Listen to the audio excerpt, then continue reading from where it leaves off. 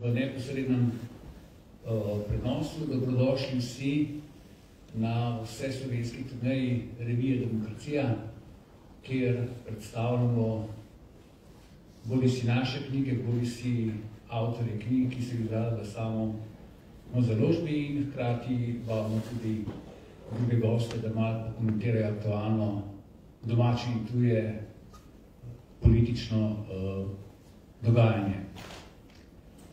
Nocoj so z nami, bom začel kar na levo, gospod Igor Merza, avtor več knjig o Udbi, preiskovalec Udbe, med drugim je začel serijo knjig Velikani slovenske osamosvojitve. Poleg njega je gospod Rado Pezder, avtor knjige Vzporedni mehanizem globoke države. Poleg mene pa je gospod Žan Mahnič, državni sekretar v kabinetu predsednika vlade in kandidat na bližajočih se državno-zborskih volitvah na listi SDS.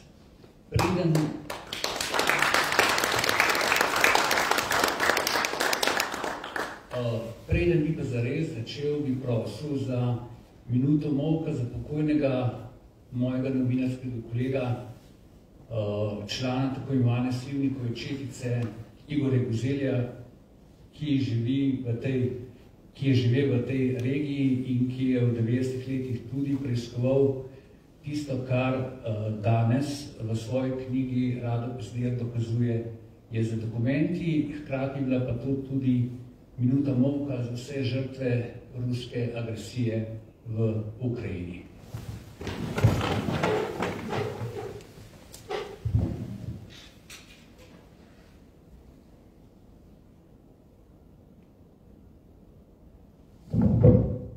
Slavim.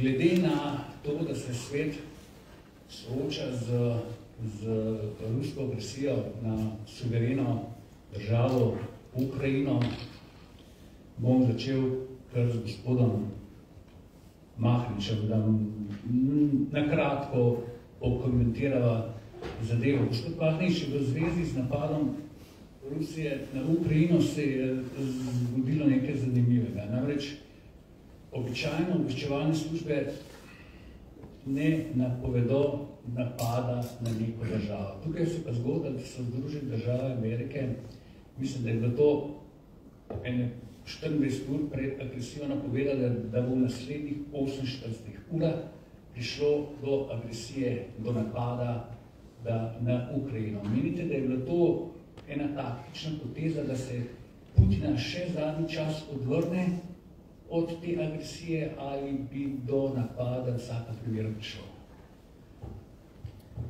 Ja, lep pozdrav. Sem skupaj in pa dobrodošli na tej okrogli mizi v Polanski dolini, v moji domači vasi. Zdaj, če grem kar odgovorom, ki jih je več, ker je tudi vprašanj več. Jaz se spomnim, da smo ravno prejšnji teden, na ta dan, se pravi v sredo in teden nazaj, sedeli v treh na sestanku pri predsedniku vlade, skupaj z direktorjem SOVE, direktorjem vojaške obveščevalne službe, načelnikom generalštaba Slovenske vojske, potem direktorjem uprave za informacijsko varnost in pa seveda tudi druga državna sekretarja, kjer smo razglabljali o cenah oziroma o aktualnem stanju v Ukrajini. Zdaj, to stanje v bistvu se vleče že dlje časa.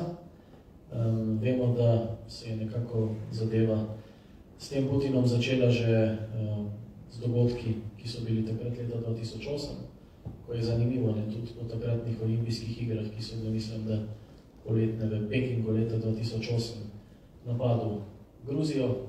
Ne vemo, kaj se je takrat dogajalo v Abhaziji, kaj se je dogajalo v Južni Osetiji in potem seveda nadaljeval z agresijo na Ukrajino leta 2014, kjer si je priključil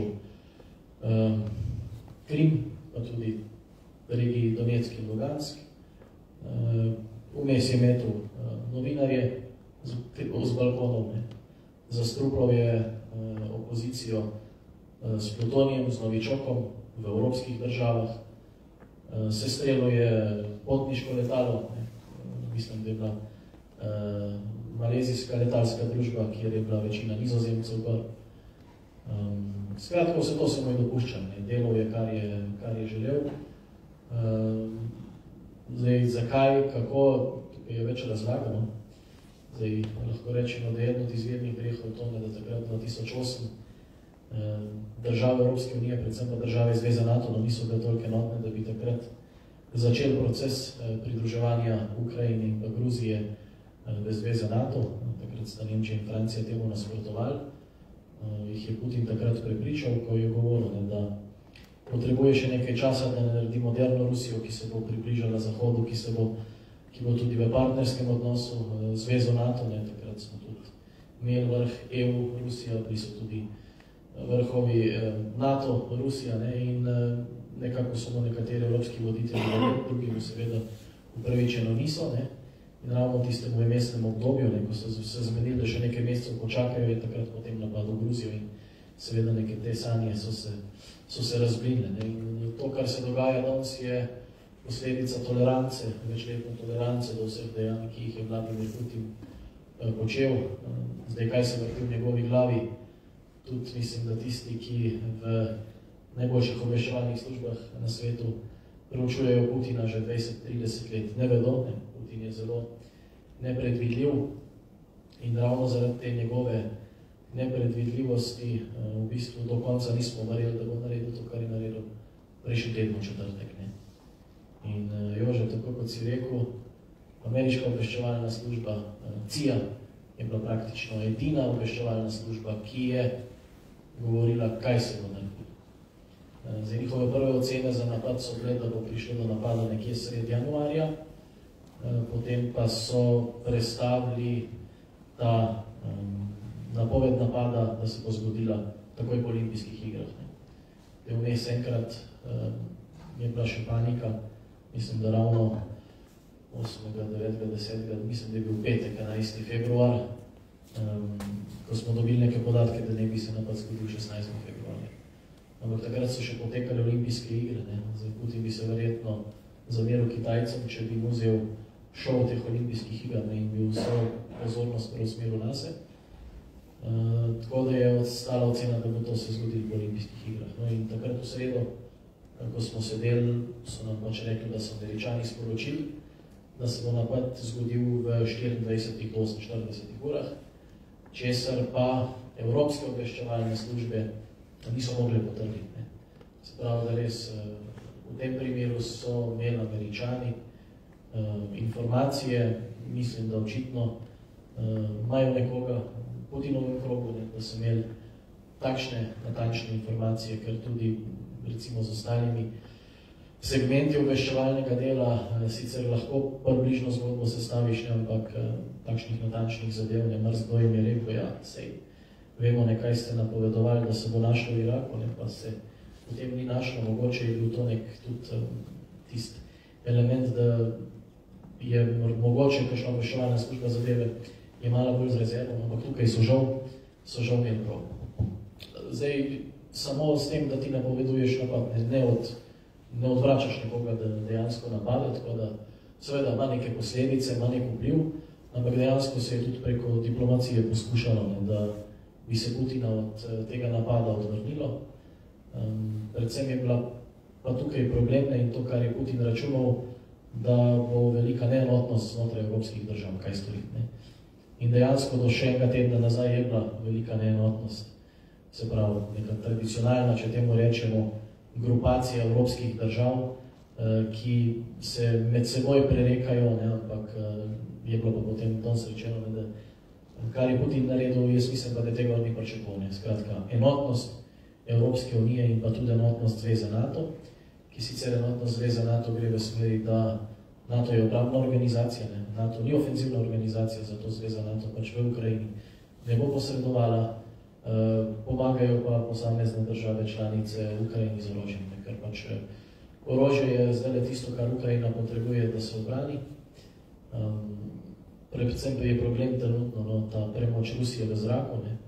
Ne vemo, da se ruske kolone valijo proti Kijevu, ne, in te ruske kolone je seveda najlažje, seveda poleg diverzantskih akcij, napaditi iz zraka. Ne, in tukaj pač že Ukrajina kratka, ker tudi v prvem dnevu so jim praktično aviacijo tudi stopili in tukaj in prav pridejo tudi droni. Zdaj tudi tam so poročali, da so dobili neke turške drone. In predvsem s temi droni, ne, ker jaz mislim, da tukaj poleg tega, kar je čutiti, ne, izreden odpor ukrajinskega ljudstva, jaz mislim, da tukaj lahko Putin pade predvsem na logistiki. Ko imaš ti enkrat nekaj 10 000 glavo vojska v državi, kot je Ukrajina, ko imaš tam vso mehanizacijo, je izredno pomembna logistika, se pravi oskrbovanje čet z osnovnimi življenjskimi potrebščinami, potem je tukaj vprašanje morale in pa seveda tudi tanki ne morejo iti, če ni goriva. In tukaj je predvsem ta logistični del, kjer seveda se zavedamo, da je problematičen za Putina in tukaj mislim, da Ukrajinci največ naredijo za neko zaviranje te ukrajinske vojske. Tako da, zdaj, kaj je bilo glavno odračanje, če je bilo, predvsem so bili, mislim, da napačni signali. Ne?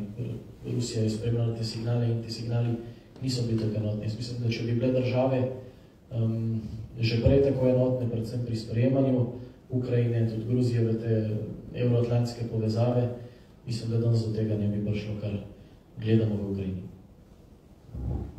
Hvala, gospod Mahnič, sicer ste nekaj že povedal, samo še na kratko, bi vas vprašal, vojna vendarle traja že 7 dni, pričakovanje nekaterih analitikov so bila, da bo agresorska vojska hitreje napredovala v notranjost ozemlja Ukrajine. Se vam ne zdi, da se mogoče nek mit, ki se ustvarja v mogočni ruski vojski, tudi razbil s tem, da vendarle ni takšna velika vojaška sila?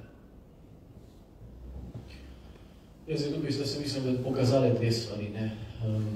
Prva se je pokazala, da ruska vojska ni tako mogočna, kot se je najprej zdelo. Se pravi, da je to nek valjer, ki bo Ukrajino povalil v dnevu maksimalno 2. Hkrati se je pa pokazalo, da pa tudi ni to neka igračka oziroma neka papirnata zadeva, ki bi vendarle imela neka pomankanja, ne? Kajti vse to, kar zdaj vidimo, da je pač ruska vojska učinkovita, seveda imajo mehanizacijo, imajo opremo, imajo vse to in Ukrajinci se glede na vse zelo uspešno branijo, ne? Ker če je kdo spremljal, ena mislim, da ne vem točno, kjer ruska medijska hiša je imela že drugi dan pripravljen članek, da je Rusija zmagala, ne? Da se je priključila ta del Ukrajine, da je vlada padla, da je zamenjava vlade, ne? Ampak to se ni zgodilo. Tudi te zahodne analitske, tudi zahodne obveščevalne službe, ne? Ko sem recimo bral poročilo v četrtek, so bile ocene, da verjetno lahko zdržijo nekje še 72 do 96 ur. Ne? Zdaj tega je bistveno, teh ur je bistveno več že nabrano. Ne? Se pravi, Kijev še vedno ni obkoljen, branijo se še vedno uspešno, Rusija trpi velike izgube v vojakih, trpi velike izgube v oborožitvenih ostalih sistemih. Ne? Jaz mislim, da tukaj dejansko si bo Putin polomil zobe. In to, da se Ukrajina brani, da se uspešno brani zaenkrat, in dlje časa, ko se bo branila, več tega orožja bo prihajalo, več teh borcev bo prišlo, ne? Ker to je verjetno ena izmed redkih vojn, kjer ni kolona vozil samo proti Poljski, ne? Ampak je tudi kolona vozil iz Poljske proti Kijevu, ne? Ker pač Ukrajinci, ki živijo v tujini, prihajajo domov. Ne? Se pravi, tudi ko spremljamo te begunske kolone, to ni leto 2015, 16, 17, ko so prihajali mladi moški sposobni za boj iz Severne Afrike, ne, in pa iz drugih držav. Žensko otrok praktično ni bilo, tukaj moških praktično ni, prihajajo ženske, prihajajo otroci. Tako da Ukrajinci branijo svojo domovino in za nas je pomembno, ne, da zdržijo čim dlje časa, ko bojo oni zdržali, več bo tudi te pomoči prišlo, brzo zihar se bodo lahko branili. In mislim, da bo Putin imel velike težave, kar pa je seveda tudi razlog za skrb, ker se praktično ni več obveščevalne službe, ki se ne bi sprašvala o njegovem psihičnem zdravju. Ker če pogledate te izjave, ki jih ima, v zadnjem tednu tudi odkrito je grožnje z jedrskim orožjem, Putin takih izjav nikoli ni dajal. Tako da trenutno je tudi veliko vprašanje to, kakšno je njegovo mentalno zdravje. Zdaj govorimo o Putinu. Putin je po rojstvu iz Leningrada, mislim, da je sredi 70 let, dokončal fakulteto in se takoj vključil v KGB. Se pravi, tajno službo, ki je bila pod nadzorom takratne partije. Sicer je bil nek aparatiček napredoval po različnih položajih v Leningradu, 96. leta je prišel v Moskvo, mislim, da 98. je že postal šef tajne službe nove ruske, 99. pa že predsednik. Tukaj bo pa zdaj predvsem vprašanje in za komentar šel gospoda Merza in gospoda Bezderja, ki sta poročevala pa slovensko udbo. Nasploh je značilno za vse te tajne službe v bivših socialističnih ali komunističnih državah, da so njihovi veljaki oziroma tisti, ki so imeli dokaj visoke položaje, kasneje postali top politiki ali počli v gospodarstvo, v podjetja. Poleg tega, da boste to komentirali, kako je bilo tukaj v Sloveniji ali pa tudi v bivši Jugoslaviji, bi prosil potem še, da enkrat pojasnimo razliko med tajnimi službami v totalitarnem režimu, kakršen je bil jugoslovanski, in tajnimi službami v demokratičnih državah, kajti vsaka država ima neke varnostno-obveščevalne službe. Hvala. Ja, Putin je bil KGB, to je Komitet gospodarstvene bezbednosti, to je Komitet državne varnosti, ampak to je bila tajna politična policija. Treba je ločiti med obveščevalno varnostno službo v demokratičnih državah, ki zasleduje recimo terorizem, nasilno rušenje ustavne ureditve in še kaj podobnega, in pa seveda tajna politična policija, ki izključno predvsem skuša ugotoviti politične nasprotnike, včasih tudi umišljene, navidezne, in preprečevati, da bi oni ogrožali enopartijsko oblast, kot je bila recimo, kot je v vseh diktaturah, predvsem pa tudi jugoslovanski. Zanimivo je to, da je bil tudi Hitler, je bil agent. Putin je bil agent. Tito je tudi uvajal v Moskvi, recimo svoje tovariše komunistične svi kor pobijali stalinisti. In Hitler je v 4 po noč napadel Poljsko. Putin je v 4 po noč napadel Ukrajino.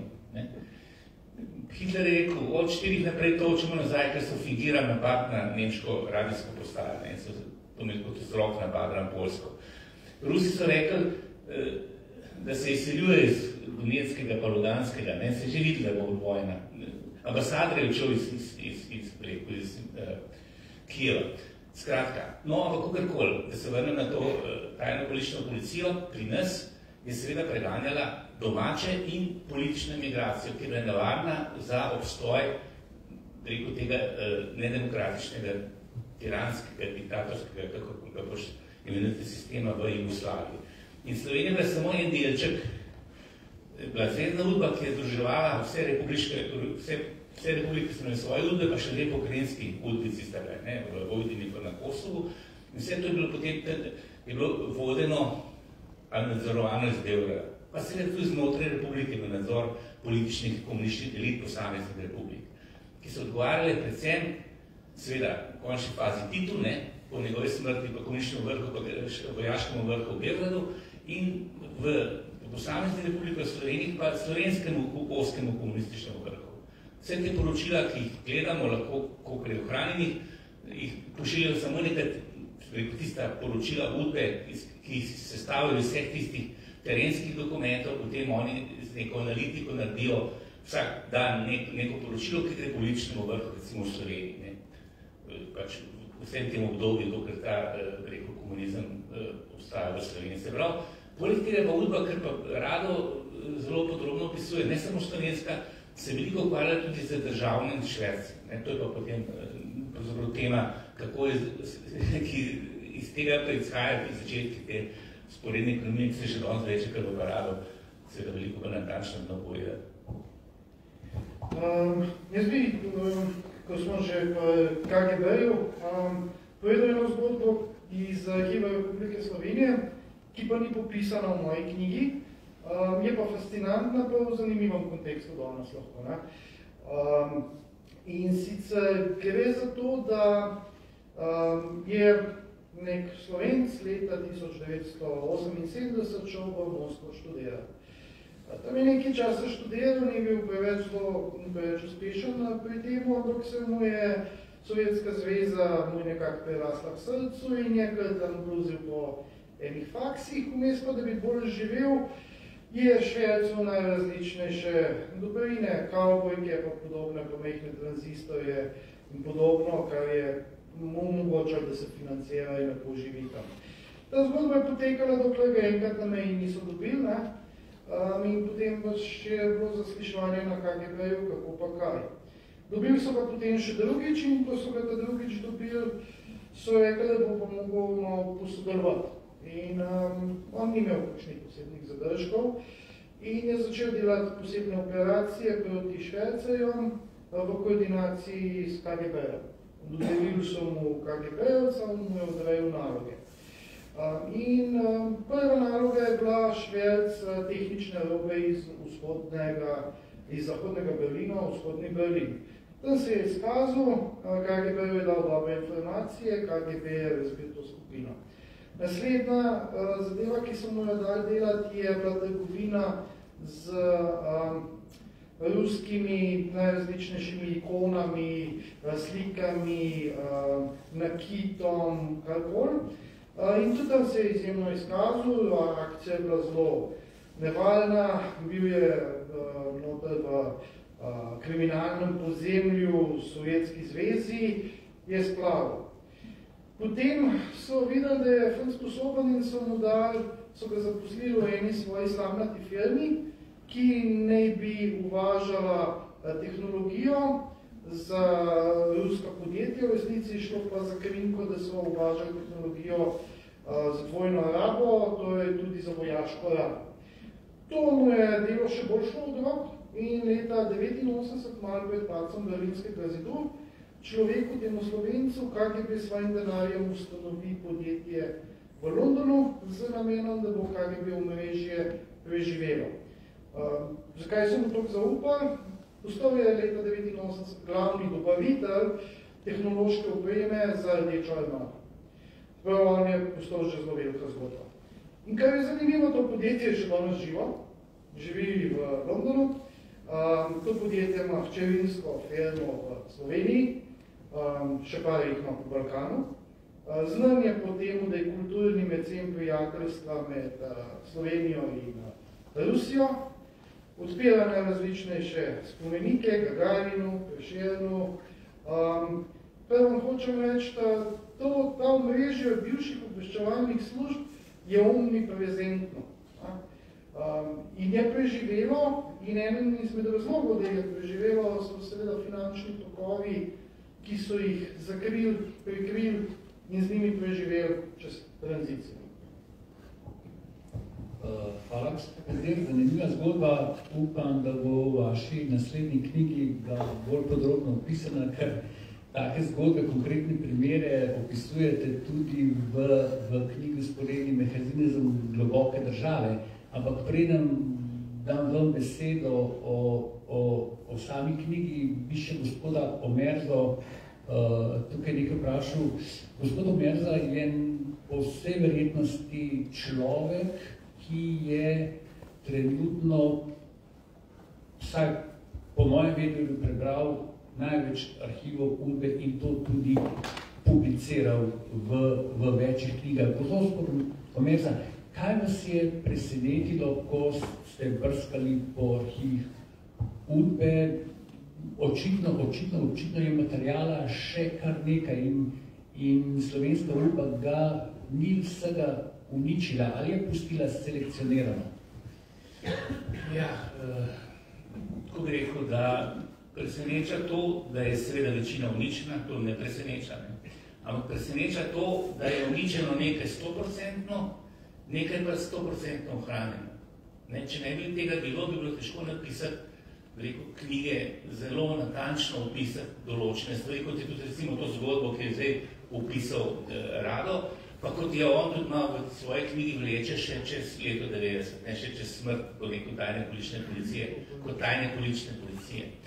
In to me presenetilo, da so nekatere stvari pa dejansko, recimo tole knjigo Teritorialna obramba, kriminalni temelj Teritorialne obrambe Nove Ljubljanske banke, so našla 10.000 strani, ne, v arhivu, na mikrofilmskih žepkih sicer, to je na enem žepku 65 fotografij, tega je bilo, teh žepkov, mislim, par 100, ne, 150 recimo, in to je potem že 10.000 strani. In potem za to zgodbo dejansko lahko, jaz sem že prej napisal neko zgodbo, nekakšno predzgodbo tej knjigi o ugraditvi Bate Todorovića, tukaj so potem še nadaljevala in še širše obdelala celoten kompleks tega državnega šverca, vzporedne ekonomije, nastanka vzporednega bančništva, predvsem v prvem delu je to, v drugem delu pa bolj podrobno, kaj se je takrat dogajalo leta 66-67 z recimo črnimi fondi Teritorialne obrambe. Tako da tega je, vidite, smo lahko naredila jaz in on 2 knjigi iz tega, pa še v vzporednih mehanizmih veliko tega, pa mislim, da vam Rado še na zalogi, da kaj pove v tej zvezi iz tega izjemno bogatega kompleksa ohranjenega arhiva. Gospod Pezir, boste kaj dodala? Jaz bi dodal samo to, da damo zadevo malo perspektivo. To, kar smo z Igorjem najdla v arhivu, pa tudi drugi preiskovalci, da ne bo pomote, je precej šokantno.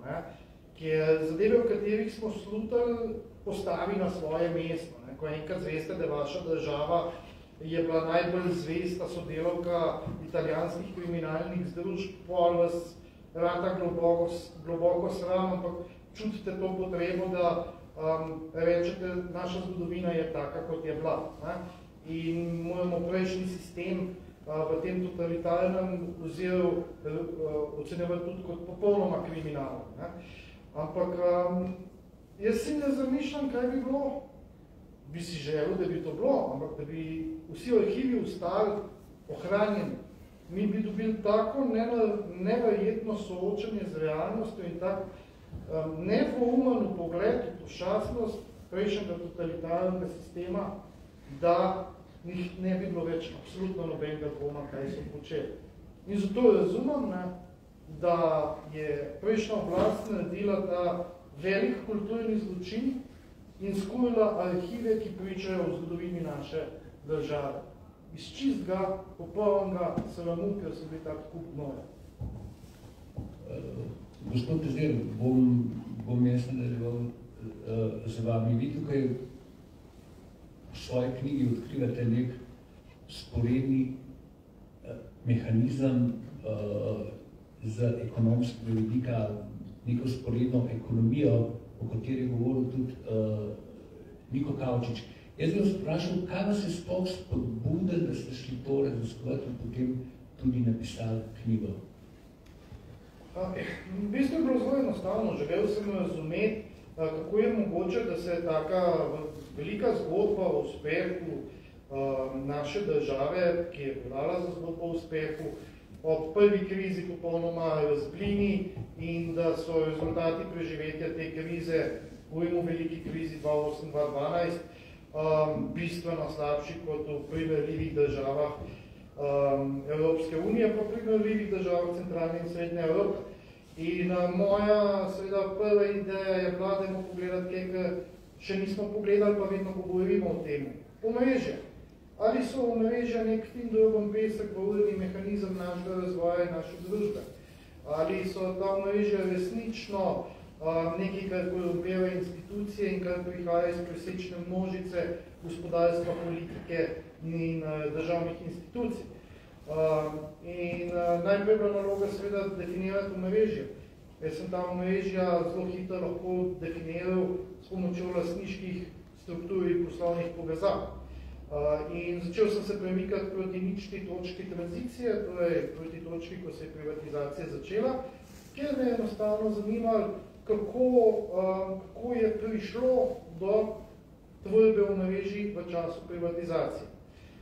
To je seveda mi pokazalo nekaj zanimivega, en skupni imenovalec, namreč v vseh podjetjih, ki so potem se skristalizirala v omrežja, so bila poslovno ali pa lastniško prisotna neka tuja podjetja, večinoma iz davčnih oaz. To pa niso bila tuja podjetja, ker je bilo njihovo poslovanje vezano samo na slovenske pravne subjekte. In seveda vprašanje se je postavil iz čiste radovednosti, kdaj pa je prvo podjetje iz davčnih oaz prišlo v slovensko ekonomijo. In enostavnega odgovora seveda ni bilo, ker pred letom 90 ravno nimate nekih javnih baz podatkov, pa podjetja so bila kobajagi socialistična in v lasti vseh. Še manj si pa dobil podatke o tem, s katerimi tujimi podjetji so zares poslovali. In v nekem popolnoma čudnem navdihu sem se spomnil na dokumentarc, kjer je Niko Kavčič po svoji izkrivljeni verziji razlagal, kako je on z pomočjo usporednega mehanizma vzpostavil slovensko bančništvo in slovensko osamosvojitev, seveda delač od tega, ki je bil notorni lažnivc. In so rekel, ajde, gremo v arhiv udbe. Tam sem seveda naletel na Igorja, ki mi je zelo hitro preskočil na pomoč pri razumevanju tega, kaj je sploh gleda. Ker mestoma so bile zame zadeve preveč eksotične, Igor jih je pa živel razumel in jih je dal znova razložiti. Ampak če v prvih gradivih, ki sem jih naročil, sem videl najprej, da je leta 1951 udba po ukazu partije v Lichtensteinu ustanovila podjetje, po katerem je mešala denarne tokove iz naslova šverca cigaret in nekih legalnih poslov. Kot drugo sem pa videl v drugi dokumentaciji, ki sem naročil, kako deluje ta vzporedni mehanizem. Gre za zgodbo, ko je Silvo Gorenc kot načelnik službe državne varnosti za Slovenijo izrazil željo, da bi mu v računu dodelil sredstvo za nakup prisluškovalnih naprav in helikopterja. Zdaj v prvem računu njega ni dobil, so ga pa hitro potolažili, so mu rekli, ni problem, imate cigarete v Portorožu, prešvercite, uperite denar čez Minhensko podružnico Emone, pa je vam denar za cigarete. Prav tisto, kar sem gotovi, je, da znotraj njihovega sistema so imeli neformalni sistem, kar pomeni, da so dejavnostna privolitve predani predsedniki izvršnih svetov, to je vlad, pa šefi političnih strank, se pravi CKZKS. In seveda ta situacija še kako neverjetna. Naprimer, ti si sekretar za nacionalno varnost, si zamisliš, da Stušek pride do Šircla, pa mu reče, jaz rabim denar za prisluškovalne naprave, in mu reče šverci cigarete. To vam pojasni, koliko abdevidno debilen pa kriminalen sistem je bil prej. In seveda potem sem se začel premikati proti 90. letom, to je spet proti točki nič tranzicije, proti privatizaciji, ampak zdaj iz zgodovinskega konca, ne iz sedanjosti proti nazaj. In zelo hitro se je ugotovili, in to sem potem v knjigi rekonstruiral, da so dejansko nastala omrežja kot presečna množica udbovcev, ki so čez noč postali hollywoodske zgodbe o gospodarskem uspehu, visoko rangiranih partijcev in seveda rdečih direktorjev. In ta zvezdnost se je potem, ko sem delal še na preiskovalni komisiji, ki je preiskovala razloge za drugo bančno sanacijo, se je pokazalo, da v bistvu je ta zvezdnost njihovega omrežja in vzporednega mehanizma praktično potegnjena do danes. Gospod Mahnič, mi zdaj tukaj poslušamo gospoda Merza in gospoda Pezderja iz dokumenti, da skrivata, da je pravzaprav udba kot podaljšek vladajoče partije neka kriminalna združba, delovala je kot mafija, celo sodelovala je z mafijo, pri švercu cigaret. Kako vi kot predstavnik mlajše generacije gledate na to polpreteklo zgodovino, na partijo in Udbo še posebej, ker gospod Bezdelj v knjigi opisuje, da se ta sporedni mehanizem nikoli ni izpel in še vedno živi. Jaz mislim, da če hočeš videti, oziroma spoznati, kako je zadeva zgledala za nazaj, oziroma kako je v praksi delovala v naši zgodovini, imaš možnost, da pogledaš kakšno oddajo, da vprašaš koga od vas oziroma od tistih, ki ste malo starejši od mene, da kaj poveste, lahko vprašaš raziskovalce, lahko prebereš kakšno knjigo. Če pa želiš videti, kako pa zadeva deluje danes, pa da rabiš narediti praktično drugega, kot pogledati, kako funkcionira Putinova Rusija. Jaz mislim, da to, kar Putin počne v Rusiji, je za par knjig usporednih mehanizmov. In tam praktično v Rusiji ima enako vse te mehanizme v rokah, se pravi njegova stranka, ozek krog ljudi, oligarhov, ki se jim lahko reče partija. Na vodilne položaje v državi napredujejo samo tisti, ki so uslužbenci FSB-ja, to je ruska notranja obveščevalna služba, ali pa SVR-a, ki je njihova zunanja obveščevalna služba. Obveščevalne službe so vsi prepleteni v vseh segmentih družbe, denar tokovi so jasno usmerjeni, sankcije, ki jih imajo, se bodo zaobšle tudi s kakšnimi šverci, tudi z iskanjem drugih trgov. Zdaj, kaj jaz mislim, Putin hoče narediti?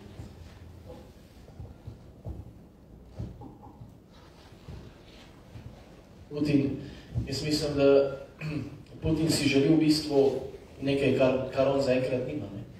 Mislim, da njemu je vzor Kitajska, kjer imaš ti diktatorja, kjer imaš praktično enopartijski sistem, hkrati imaš pa neko tržno ekonomijo, se pravi kapitalizem. Tega Putin nima.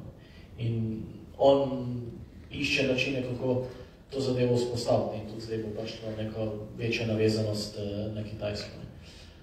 To, kar je Rado recimo pisal v tej knjigi Usporedni mehanizem, sem jaz kot član Komisije za nadzor obveščevalnih in varnostnih služb mogoče malo bolj spoznal v prejšnjem mandatu. V bistvu je ta naša komisija je odkrila, oziroma Logarjeva preiskovalna komisija takrat je odkrila in ste potem odstopili nam k Knovsu, da smo pogledali z tega obveščevalnega vidika ravno ta primer Iran-NLB, kjer se je pobrala 1,8 milijarde, zdaj od novih dokumentih, zdaj 1,8 milijarde, da se opere v eni državi, kot je Slovenija, ve se, kdo je to opravil, lahko to odpreš samo, če si ti opereš, samo, če si povezan z obveščevalnimi službami ene države. In jaz sem tukaj prepričan, da Rajfal Zadeh je bil agent obveščevalne službe Irana. Tudi denar je prihajal iz... In denar je prihajal od tam, In kar se tega tiče, zdaj, kakšna je bila vpliv oziroma opletenost slovenskih obveščevalnih služb, to so rado tudi vidva se pogovarjala, v bistvu Sova je takrat dost dober del naredila, zanimivo je pa bilo, ko je začela resno nekaj na tem delati, je prišlo do zamenjave direktorja Sova. Takrat je Pahor zamenjal Andreja Rupnika, ki ga je prej še Janša postavil, s Sebastianom Selanom. In takoj, ko se je zaključila Pahorjeva vlada, je šel Sebastian Selan za direktorja Term Čatež, ki je bila takrat, oziroma se nema, je še v lasti Bojana Petana. In potem je bil tudi direktor Marine Portorož, če se ne motim. In tukaj je tudi zanimivo ta povezava z Jorkskladom in temi, ki so zdaj prodajali samo. Skratka, zdaj mladi zagotovo največ lahko o tem zvemo na takih večerjih, v teh knjigah, si je pa težko to predstavljati, čeprav je to danes zadeva podobna, samo ne v tem švercarskem smislu, ampak upetost obveščevalnih služb v ekonomijo je povsod. Tudi, če pogledate recimo drugi člen zakona o Sovi, je vrednotenje in pa pridobivanje podatkov iz ali v tujini, tudi in posebej našteto gospodarski del. Se pravi, obveščevalne službe so tiste, ki morajo delati za vlado, ki morajo zagotavljati neke podatke. Problem, ki ga jaz vidim recimo tudi pri naši službi, pri Sovi, ki moram reči, da vsaj odkar smo mi vlado prevzeli, da deluje malo drugače kot je prej, deluje predvsem zakonito in vidite, da v zadnjih 2 letih, ne vem, če je že bilo kdaj 2 leti, da Sova ne bi imela nobene afere. Ne. Ampak, če to pustimo, tudi Sova spremlja zadeve, ki so pomembne za gospodarstvo, da potem se vlada lažje odloča. Ne. In glavni problem pri obveščevalnih službah je, kaj dajo naprej in kaj ne dajo. Se pravi, že nek srednji nivo, že tisti, ki informacije pridobijo, se odločijo, kaj bodo dali v poročilo, ki bo šlo potem do vrha Sove. Ne? In potem se tudi vrh Sove samo odloči, kaj je tisto, kar bo dal naprej, kar bo zadržal zase. Ne? In problem pride do tega, kadar obveščevalna služba začne pa informacije, ki jih pridobiva, ne? Ki jih nenazadnje tudi v skladu z zakonom dobiva, uporabljati za lastne interese, za lastne potrebe. Ne? In tudi v tujini imamo marsikšno obveščevalno službo, tudi v demokratičnih državah, ki ima dost pod kontrolo državne firme. Ne. Recimo že kakšna država Evropske unije, ne, imaš veliko večjo prednost priti na neko funkcijo, če si bil povezan ali saj si povezan z obveščevalno službo. Ne. Če pa že nisi, ne, pa verjetno se to je naloga obveščevalnih služb, da pa pristop do tistega, ki in pa ožjega kroga vodstva in jih skuša dobiti na svojo stran, vsaj za neko pridobivanje podatkov, ne, zdaj pa bolj spet nekaj obveščevalna služba da naprej, če se ne da naprej, je pa vprašanje. Ne. In vsaj Putinova Rusija je lep primer nekega usporednega mehanizma res globoke države, ne, in vse to, kar danes mi tukaj lahko preberemo za nazaj, to se danes dogaja. Ne. In recimo ravno zdaj zaradi te agresije, vojne v Ukrajini, je Putinova Rusija primer, ki deluje praktično na istem nivoju kot Jugoslavija. Ne. Celo o neki več nacionalnosti lahko govorimo, se vidimo, da recimo zdaj Čečene pošilja Putin v prve vrste, ne, da želi spet obnoviti ta sovjetski imperij in da se to v bistvu dogaja po nekih že videnih mehanizmih iz preteklosti. Gospod Bezder, gospod Mahnič je ravno omenil pranje iranskega denarja in Novo Ljubljansko banko. Vi začnete knjigo prav s tem poglavjem. Smo bolj ali manj zadevo poznamo. Mene pa zanima, kaj vas je šokiralo. Vi ste bili svetovalec preiskovalne komisije. Najbolj je po svoje grozljivo, da se organi pregona niso zgrnili oziroma da zadeva sploh ni prišla do konca. Najbolj še kaj v predalih postavlja. Ja, vsekako ne. To bizarno primer je, da lahko neke očitno nedovoljene transakcije potekajo, ker vendarle govorimo o tem, da je bil embargo, ne? In da smo ga mi kršili tudi pol, ko smo zvedeli, da je embargo, mislim, mi, Nova Ljubljanska banka, še nadaljnih 5 mesecev. Ne? Pa pred tem, da smo že 4 mesece driblali in pridobivali obveščevalne informacije iz tujine, da je s tem komitentom nekaj narobe. Ob tem, da smo vedeli tudi, da denarni tokovi prihajajo iz Medibanke, ki je banka iranskih obveščevalcev, in je bila pod sankcijami še dlje, kot Export Development Bank of Iran, za katere se je problem odprl v juliju 2009, juliju 2010.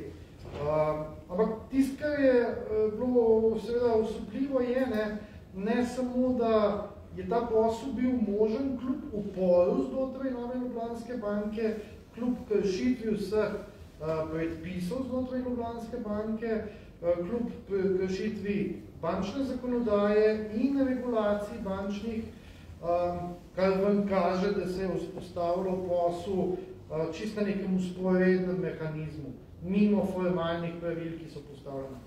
Še bolj šokantno je bilo, da pač ne urad za preprečevanje pranja denarja, ne policija niso storila ničesar in da jih večino še vedno danes stoji na pozicijah, da se to ni zgodilo, da to nič ni, čeprav danes še kako vemo, da so bile sporne transakcije, da so se nekatere v ZDA tudi končale na sodišču z obsodbami. Ampak v kontekstu iranske zgodbe in iranskega pranja milijarde je vendarle en nauk za danes, ko so vse države enotne, da se uvede ekonomske sankcije za Rusijo in onemogoči ta njegova Putinova oligarhija, da mirno skrije denar. To so pač trenutki, ko moramo tudi mi v državi reči. Ne glede na to, kaj si mislimo o preteklih dogajanjih na primeru Irana, da pač moramo dati posebno obveščevalno noto na to, kjeri denarni tokovi tečejo čez Slovenijo. Mi smo detektirali recimo pred leti, da je ena izmed slovenskih bank odpirala račune Mihailu Azarovu, ki je bil minister v Juščenkovi vladi, se pravi v pro-putinovski vladi v Ukrajini. In ker pač Juščenko pobegnil in so vsi te pobegnili, je Azarov s celotno svojo družino bil umeščen in se zažrl v slovenski bančni sistem. Take zadeve predstavljajo veliko tveganje za državo in mislim, da v Iranu ne smemo več ponoviti. Če ne drugega, tudi zaradi tega, ker bomo šli na šitlisto naših zaveznikov, kot fucking usrana država, ki je vse možno noter. Zato so to trenutki, ko moramo finančno obveščevalno zadevo imeti zelo pripravljeno, urejeno na področju pranja denarja in na področju bančne regulative. Ja, in to je eden velik nauk, kjer, veste, ni samo to, da kapitalov oligarhov ali pa politično izpostavljenih oseb iz Rusije pobegne v državo, kot je Slovenija, kjer bančni sektor ni resno reguliran ali pa nadziran. Vsem mogoče je, da uporabijo našo bančno infrastrukturo zato, da vzpostavljajo pač obveščevalne celice in da je to pač izhodišče za centralno in vzhodno Evropo. Zato pač ta zgodba o Iranu ima še kako kot nauk danes. No, ko ste že pomenjali te oligarhe, sej niti ne gre samo za nje, mogoče se boste spomnili pred leti, je en italijanski mafic prišel v Ljubljano, mislim, da na počitnice in pol ne vem, ali so ga mediji sprašvali, prišel nazaj, zakaj je prišel v Ljubljano, se rekel, v Sloveniji se varno počutijo. Sicer pa, govorili smo o pravi iranski denarje, kaj tazga se po vsej verjetnosti ni mogel zgoditi brez vedenja političnega vrha, glede na to, da je Nova Ljubljanska banka vendarle, takrat če banka bila v državni lasti. Gospod Omenco, tukaj je vprašanje za vas. Definitivno je politični vrh vedel za početje udbe v nekdanjem režimu. Samo zdaj te udbovci, ki so še živi, ali pa vrh partije, pa govorimo tukaj o Zemljariču, v Recem Milnu, Kučanu, nimajo več spomina. Niti vaše knjige jim ga ne osvežijo. Res, to je res. Praktično mi nimamo spesancev, v tem smislu žvižgačev, praktično skoraj nič. Mi vidimo, da še vedno žive ljudi, ki veliko vejo, da nikoli ne bo nič povedali, pa nekaj napisali. Recimo, imate Zemljariča, imate Gorenca, recimo, še zvezdne udbe, Zemljarič slovenske udbe. Delovali so pri ugraditvah, likvidacijah in tako naprej, to so posebej žalostna, tragična zgodba nekega hrvaškega študenta, ki je dopisal v knjigi Kliči udbo za umor, kjer so ugradili tega študenta v Salzburg in z Ljubljane izginil. Verjetno je umorjen in Gorenc je takrat še zvezdne udbe. In seveda 100% ve so ostanki tega fanta, ker bi njegova družina rada, da bi ga pokopala iz Herceg Bosne, so in se pravi hrvaški del Bosne in ga radi pokopali in te ljudje ne odreagirajo. Dva sta bila še živa, Boris Mužič vmes je že umrl, kaj vedel, pa žive še Gorenc in ne moramo pričakovati, da bojo Problem pa je tem, da policija ne more več teh stvari odpirati, ker so zastarale. In te ljudje sami pa očitno ne. Pa še kakšni eksekutorji so tu če živi. Imate podoben primer v Beogradu, ko so v Bukareštu gradili Vlada Dapčevića, Udba in skupaj z Romunsko Sekuritate in sta dva bila ubita zraven njegova prijatelja v Bukarešti in potem je rekli Romuni, Čaušesku rekel, ta trup bila odprta v Jugoslavijo. In so jih pokopali nekje Delovar, Delovar, ne? Ne, Zrenjanin. So jih pokopali tam na potki med grobovi, na Zrenjaninskem pokopališču in se je neka leta 2000 nekaj točno se nekdo, ki je bil tam zraven, je napisal mlino pismo in povedal, kje ležita. In so odkopali tam, točno tam in so najdeli v plastično folijo zavite dve trupli, popolnoma ohranjeni praktično in so tudi nasilno smrt. Pa nas tega ne, bi lahko od tistih, če že ne more, ki je bil zraven temu umoru, tega Crnogorca bi lahko tudi kakšno anonimko napisal, ne, če se že boji razkriti. Tega že v Sloveniji praktično nimamo. In to je veliko moralno vprašanje, oziroma nemoralno strani tistih, da niti preko ostankov nekoga ne moš pokopljati. To je najbolj skrajno nemoralno dejanje, ne, ki si ga lahko zamisliš. Ali pa v tej moji knjigi, recimo, Velikani slovenske sovesti Udba, opisujem natančno umor duhovnika, profesora Lamberta Ehrlicha. To je največji politični umor v zgodovini Slovenije. Leta 1942 ga apostolci ubijo, predhodnica Udbe. Umorijo, ne ubijo, umorijo in kaj se zgodi po vojni? Po vojni ga odkopljajo na žalah, pa še nekatere druge žrtve Gosa, jih vržejo na kamion, nemški ujetniki to naredijo, jih opijejo, vržejo na kamion in odpeljajo proti Postojni in zgine neki kraških jamah. Še danes ne vemo, se ne ve, kje so te ljudje in pokopali. Danes bi genetsko naredilo, če bi te ostanke najdeli, gotovili, kdo je kdo. Ampak hočem reči, kako nemoralno, ne? Kako oni so odkopali grobove ljudi leta 1946, ne? In so jih odpeljali neznano tam. Ljudi, ki so bili pokopani na žalah.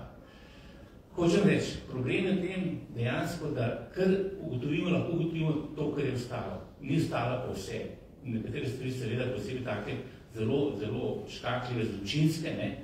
Večina tega je vendarle uničena, ne? In ne moramo tega reproducirati. In ker ljudje, ki pa to vedo, pa so še živi, ali pa tisti, ki so že umrli, pa niso neko več povedali, seveda stvar otežuje. V Sloveniji je pač taka situacija, da udbovci imajo še vedno neko zaroto molka. No, seveda, eden teh vidnih predstavnikov, ki je šel iz prejšnjega sistema v nov demokratični sistem, je Milan Kuček. On je bil šef partije, potem je postal predsednik države in zagotovo je tudi kot šef partije vedel, kaj je počela Udba. Čeprav je 3 leta nazaj na Dražgošah na eno vprašanje in mi je odgovoril, da se on na finance ne spozna. Po vsej verjetnosti se mu ni bilo treba spoznati na finance. Gospod Bezder, Milan Kučan je tudi pokukal iz vaših dokumentov. Mislim, da je bila operacija Merkur.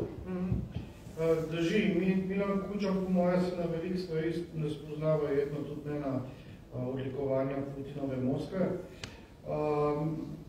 Ta zgodba, operacija Merkur je pa vrhunska zgodba, ki kaže točno, kako se je sistem vzporednega mehanizma in odločanja v vzporednem mehanizmu preselil iz totalitarnega komunističnega sistema v neko demokratično prostotržno ekonomijo, kar smo mi mislili, da imamo, ne pa oligarhično omrežja bivše partije in udbovcev. Gre namreč za to, ne, to je zelo zanimiv tudi v knjigi, v prilogi ta dokument objavljam, operacija Merkur. Namreč Niko Kavčič je prišel na idejo, da bi na vrh banke na začetku 90-ih let, na vrh Nove Ljubljanske banke, ustoličil Marka Voliča. In je ta svoj podvig začel dnevniško zapisovati. Zdaj, paradoks je v tem, da je veliki obveščevalec leta kasneje dal to nekomu za pretipkati, da bi imel v digitalni obliki, tiskaj pa pretipku, je pa prenesel meni. In je veliki obveščevalec paradoksalno samega sebe zahakal. Ampak temu notaj popisuje, kako zamenjaš direktorja Nove Ljubljanske banke mimo vseh pravil v tej državi. Enostavno tako, da se kot on drugi ali tretji dan, ko sprejmaš to odločitev, odkorakaš v kabinet predsednika države Milana Kučana in tam predstaviš to idejo, na kar se on strinja in se naredi operativni plan. In to po dnevih opisam ta operativni plan. Najprej, kako preparirati nadzorni svet banke, da bo to podprl, kako preprečati upravni odbor banke, da bo nad tem navdušen. Potem, kako prikriti vse skupaj pred predsednikom vlade, danim Janezom Drnovškom in guvernerjem Banke Slovenije Francetom Martinom. In vidite, vzporedni mehanizem steče. Zakaj pa govorim, da je to definitivno vzporedni mehanizem, ne samo zaradi tega dnevniškega zapisa pa načina delovanja, ampak tudi zaradi tega, ker predsednik države postavi nima nič z tem, kdo bo direktor banke v državi. Putin to razumemo, direktor Sberbanke razumemo, da pride z Putinovega kabineta, ker je tam ustroj takšen prav formalno, pri nas pa ne. Pri nas ima kdo kaj za reči. Najprej tiste na vrhu skupščine lastnikov banke, to je bila državna banka, skupščina je bila vlada, na vrhu je bil predsednik vlade Janez Drnovšek, za katerega Niko Kavčič in Milan Kučan direktno naredita obvod, da ga držita v temi, da ne ve, kaj se pravzaprav dogaja. In ta drugi, ki ima zakonodajno in ustavno pristojnost nad kjerokoli banko v tej državi in vrhom banke, v obliki direktorja uprave banke, je seveda Banka Slovenije, ki izdaja licenco fit and proper, greš skozi ali ne greš skozi za tako pomembno mesto v bančnem sistemu. In tudi seveda tam vidimo v temu zapisu operacija Merkur, da sta zaobšla prav taktično in namerno tudi guvernerja Banke Slovenije. In to je vzporedni mehanizem na delu, ker ko si enkrat usvojil Novo Ljubljansko banko, si usvojil glavno pumpo kapitala v omrežje. Mi pač nimamo equity marketa, delniški trg je plitek, tuje investicije nismo smeli imeti, ker je vse nacionalni interes, torej smo imeli eno državno banko, vodeno preko vzporednega mehanizma, kadrovano preko vzporednega mehanizma, ki je napihovala in napihovala omrežja za krediti, ki jih nikoli niso potrebali rabili vračati. In to je fenomenalen dokument in prikaz tega, kako vzporedni mehanizem preskoči za časa tranzicije. Seveda, pomagali je tudi to, da koliko se je zdalo rekonstruirati in se je rekonstruirali zelo dobro, da je 89. pred padcem Berlinskega zidu partija z pomočjo bančnega sistema in udbovskih jav po tujini, v obliki slamnatih podjetij, izvozila družbeni kapital, ki ga je po letu 1991 začela vračati kot privatni kapital v privatizacijo in graditev mreža. Imel si banko, imel si kapital, ki je bil ukraden, imel si sistem privatizacije. To je to, blažja oblika Putinove oligarhije. Gospod Bezdelec zdaj lepo povedal primer, kako ta vzporedni mehanizem deluje in da se je Milan Kučan vpletal v stvari oziroma jih vodil, za katere sploh ni bil pristojen in je zaobhajal uradne institucije. Jaz bi tukaj povedal še en primer, na katerega smo se vsi spomnili. Najprej se spomnite odkritje orožja na mariborskem letališču. Kako se je zadeva začela? Zdaj januar je minilo natančno 30 let, odkar je Milana Kučana obiskal Hasan Čengić, predstavnik Bosne in Trgover za orožjem. Seveda mu Kučan ni mogel mu pomagati. Zato, ker je ta Hasan Čengić čez 5 mesecev šel do Janeza Janše in je rekel Janez Janša, da ga ne bo sprejel, ker nima pooblastil. Ampak vzporedni mehanizem se je sprožil in to orožje je prek Etiopije prihajalo na mariborsko letališče in od tam naprej v Bosno. Hoče povedati, da ta vzporedni mehanizem deluje in je še kako živ. Zdaj pa vprašanje za gospoda Bezdela in za gospoda Omerza. Vidite, tukaj odkrivate srhljive stvari. pišeta, stojita za njimi. Ste se daj bala za svoje življenje ali pa da bi vaju kdo tožil ali karkoli? Ne, mislim, da vsi vemo, da sem jaz malo.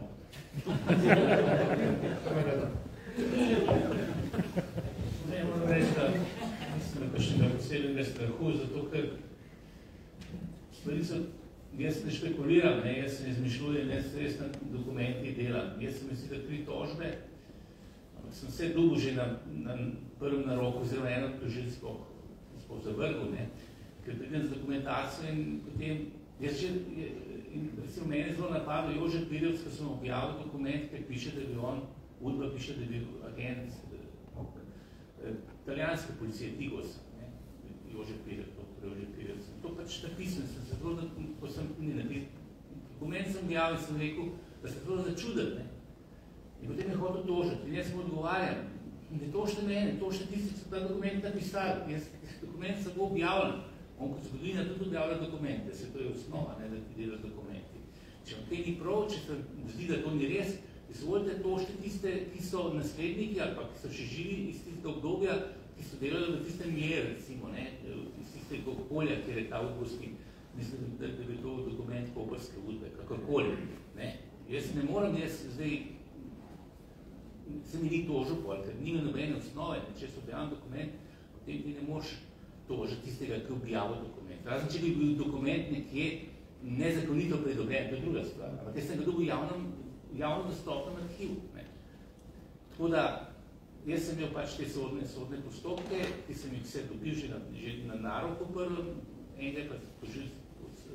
Tako da jaz pa osebno nobenih groženj, osebno ali po telefonu, po pisensko, nekje na cesti včasih to, ki kriči za mamo ali pa nekakšen prst kaže, ne, tako naprej, ampak hujšega pa ni, ne, in tudi mislim, da, veste, jaz sem že napisal 17 knjigov o udbi, ne, se meni čudi, kako so, ampak, ne, ko zdaj gledaš, se ti že nevelik zdi, ne, in jaz sem že toliko stvari povedal, da praktično, kaj pa češ, zdaj so stvari že javne, ne, če bi kdo hotel kaj narediti, bi mogel prej že nekaj narediti, ne, jaz čisto vse, ker zvem povem javno, jaz nič ne skrivam, ne, imam še par knjig pripraviti, ne, to je še skrito, zato ker nisem mogel še objaviti, ampak drugače to vse objavil, ne, in bo to javno in potem, kaj češ potem, ne, zdaj, ne vem, jaz mislim tudi, da so te ljudje udbaši, da so moralno preko, predvsej, jer le udba ima tako negativno konotacijo dosti.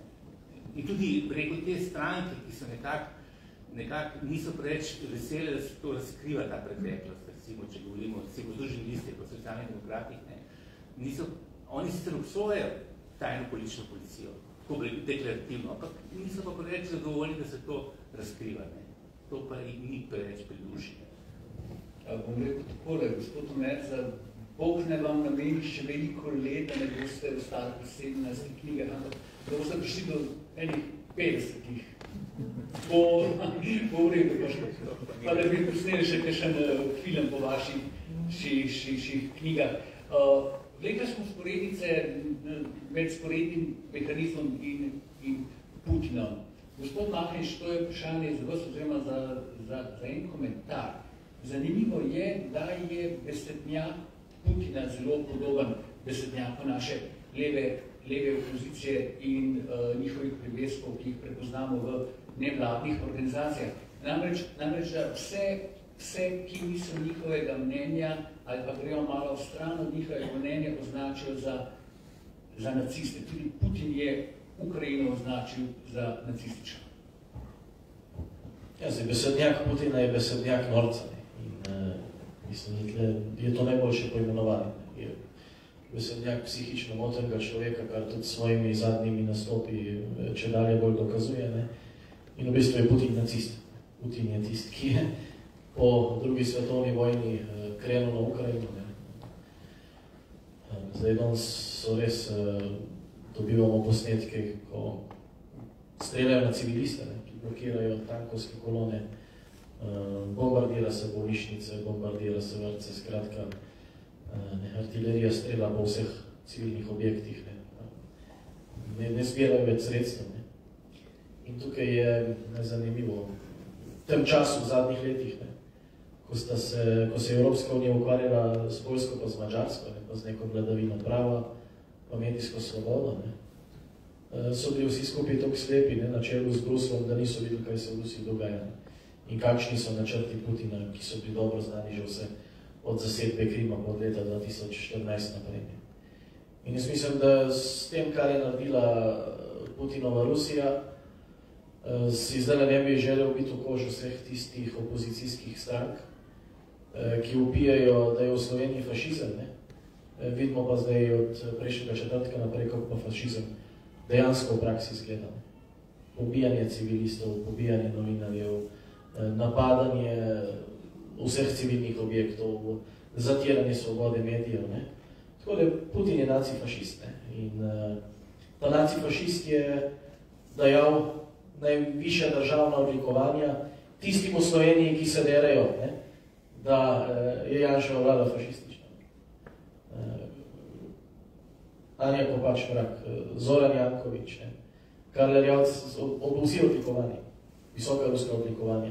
Anja Kopač ga je sicer zdaj s težkim srcem nazaj vrnila, verjetno zaradi tega, ker ga je mogla. Zdaj, v prejšnjem mandatu sem bil jaz, lahko rečem, da poslanec, ki je najglasneje govoril proti Rusiji. Ko sem bil predsednik odbora za obrambo, sem sklical par sej tudi na temo ruskega hibridnega vojskovanja. 2014-2015 smo že imeli ta termin rusko hibridno vojskovanje. Matjaž Han, ki je bil predsednik prijateljstva z Rusijo skupine takrat in je še danes, me je sam debel gledal in mi govoril, pa zakaj moraš to delati. Ampak niso videli let naprej. In Karl Erjavc kot zunanji minister, se pravi od 14 do 20, do 18, se pravi od 2012 do 2018, 13krat v Moskvi, niti enkrat v Washingtonu. Se pravi, slovenska levica, še posebej pa stranka Levica, ima močno zaslombo ravno tudi v tej, jaz si rečem, peta kolona, drugače pa to tudi eno od elementov hibridnega vojskovanja, da imaš ti, recimo, vse te skupine prijateljstva, kulturna društva, tudi preko novinarjev, preko medijev, da ti zadevo infiltriraš, da delajo zate. Ruska agentura v Sloveniji je dokaj močna iz tega vidika, da je ruska propaganda močna v Sloveniji. Če ste pogledali, kaj je Edvard Čitnik govoril na RTV-ju, kaj je Stropnik govoril, to ne zraste na njihovih vzevkih. To so ljudje inštalirani, da tako govorijo. Sputnik, Russia Today, hvala Bogu, Telekom je, mislim, da sklopil, pa potem še Tedva, pa tudi Telemach, to rusko propagando. In sem rekel, tega sicer nisem na Twitter napisal, ampak Brusel je rekel, da bojo izklopili vse proruske medije. Sem se hecel, sem rekel, lete, 2 let napadajo našo vlado, kako napadamo RTV, zdaj ga bo pa kar Brusel sam sklopil. Ker to je bila proruska propaganda ta prvi 2 dni in hvala Bogu so bolj na BBC preklopili, ker TV Slovenija ni zmožna normalne oddaje žal narediti, govorijo, kako smo si podredili na RTV. Še bolj leve, kot je bil prej, ko smo direktorje zamenjali. Totalno leve. Odkrito gredo v konfrontacijo. In jaz mislim, da se je slovenska levica, oziroma zdaj ta opozicija znašla v hudih škripcih, ker oni so Putina odkrito podpirali. In spomnimo se, kaj govori Miha Korpiš, kako so oni, recimo celotna leva stran, razoroževala slovensko vojsko. In zdaj naj še nekdo reče, da ne rabimo orožja, da nas ne bo napadel noben, da smo varni. Kaj delamo danes? Ukrajincem pošiljamo orožje. Ukrajincem pošiljamo orožje. Ker kljub temu, da je ruska armada številčnejša, da imajo težave, ampak Ukrajinci trenutno potrebujejo orožje, potrebujejo seveda tudi vso humanitarno pomoč, ampak da zdržijo, potrebujejo orožje. Tanja Fajon govori, usedimo se za mizo, da naj se usedejo in naj se spogajajo. Ti se lahko začneš pogajati takrat, ko si nek enakovreden nasprotnik tistmu, ki te napada. Putin je sam začel z inicijativo za pogajanje, potem, ko je videl, da Ukrajina ne bo povožena v 2 dneh. Če bi Putin Ukrajino zavzel, po 2 dneh to bi te načrtval, ne bi bilo nobenih pogajanj. Vrgu bi vlado, svojo bi nastavil, tukaj le bi gor, recimo od Črnobila dol preko Kijeva, pa dol nekje bi proti Odesi bi Ukrajino razdelil, bi si priključil vzhodni del, ne bi bilo nobenih pogajanj. In hvala Bogu, smo obrnili trend, vlagamo v slovensko vojsko, zdaj se bo oboroževalna tekma začela, je nova hladna vojna. Nemški kancler Scholz je napovedal sklad, kjer bo 100 milijard evrov, 112 letos sklad za vojsko. Francija se bo začela oboroževati in pač Zveza NATO je videla, koliko je ura in mi smo spali. Hvala Bogu, niso spali Poljaki, niso spali Balti, ki so svojo vojsko modernizirali v zadnjih letih. Žal drugi del NATO je pa spal. Kljub temu, da imamo v NATO Ameriko, ki da na leto 700 milijard evrov. 700 milijard evrov da Združene države Amerike letno za obrambni proračun. Rusija da 70 milijard, zato Amerika da 10-krat več. Ampak samo na Ameriko se zanašati, moramo biti sposobni tudi sami neke obrambe. In zdaj vidimo, da hvala Bogu smo v NATO, ker NATO je garant za mir. Jaz mislim, da potem, ko bo, upajmo, Ukrajina zaključena v korist Ukrajincev, se bo neka rdeča črta potegnila, preko katere upam, da Putin ne bo šel. Če pa Ukrajina pade, bo pa sledila Gruzija, bo sledila Moldavija, verjetno bo Transnistrija v Moldaviji razglasila samostojnost in povabila Putina v Moldavijo, oziroma da zavzame Transnistrijo še formalno, da mislim, da ima že zdaj 2000 ruskih vojakov. In to bo domino efekt. In samo vprašanje je, kdaj bo pa res pa šlo potem na eno evropsko NATO državo, kjer pa pomeni tretjo svetovno vojno, čeprav to zdaj že neki zametki so. In tukaj treba povedati, slovenska levica je stalno asistirala pri tem Putinu. Pri ruski propagandi v Sloveniji in pa pri obglavljanju in pa pri siromašenju slovenske vojske. In če bi njih poslušali, bi bila Slovenija dom zgola in bosa, bi smo začeli ta trend obračati z investicijami in da tudi s tem, da Ukrajino pošiljamo orožje. In oni so proti temu, oni so proti vsemu. In jaz mislim, da imajo zdaj hude težave in so hudi zagatni, ker ne vejo, kako zdaj komunicirati, kako so vrti, ko njihov veliki tovariš in prijatelj Putin je naredil to, kar so oni skozi govorili, da se ne more narediti in da je tudi oboroževanje Slovenije nesmiselno, ker nas nihče ne ogroža. Zračne linije pa mislim, da je od Prekmurja pa do ukrajinske meje 500 km. Jaz sem včeraj šokiran, gledam Top News prenos tele mirovniške demonstracije v redu, ampak kaj je Kukučan, ko je prišel v Dušek, kaj je bilo treba narediti? Zahtevati prekinitev ognja, to vsi zahtevajo na zahodni strani. Ampak Putin tega noče. In potem prav napačen odgovor je oboroževanje. Lepo jaz prosim, s Hitlerjem, Stalinom, Putinom, vi se ne morate pogovarjati z rožcem. Nemogoče. Če isto oboroženje, da smo pomedrov. Tako da ta izjava, ki je včeraj Kukučan, je neverjetna. Da oboroževanje ni pravi odgovor. Kaj je pravi odgovor, če nekdo se noče stava pogajati, pa te napada? Nerazumljivo. Človek bi rekel, oziroma človek se niti zamisliti ne more, kaj bi bilo, če bi zdaj trenutno leva vlada. In preden zaključno, oziroma preden bom dal ven besedo za vprašanje ali pa še komentar, bi še gospoda Mahniča za konec, a so tudi zaradi tega, kar ste prej govorili, pomembne zdaj bližajoče se volitve. Jaz mislim, da te volitve bodo res prelomne. Te volitve bodo odločile tem, v katero smer bo Slovenija šla. Bo šla Slovenija v smer neke Putinove province, ki bo imela vlado, ker ne glede na to, kako zlagate ankete, tudi če bi recimo se na nek način po volitvah zgodilo, da bi kazali levi strani, da lahko sestav vlado, leva stran brez stranke Levica, vlade ne bo mogla sestaviti. Kakorkoli gledate kombinacijo. V primeru, da pride stranka Levica v vlado, to pomeni, vemo kaj za obrambo, vemo kaj za slovensko zunanjo politiko. In taka vlada tudi ne bo zdržala nekaj kot par mesecev.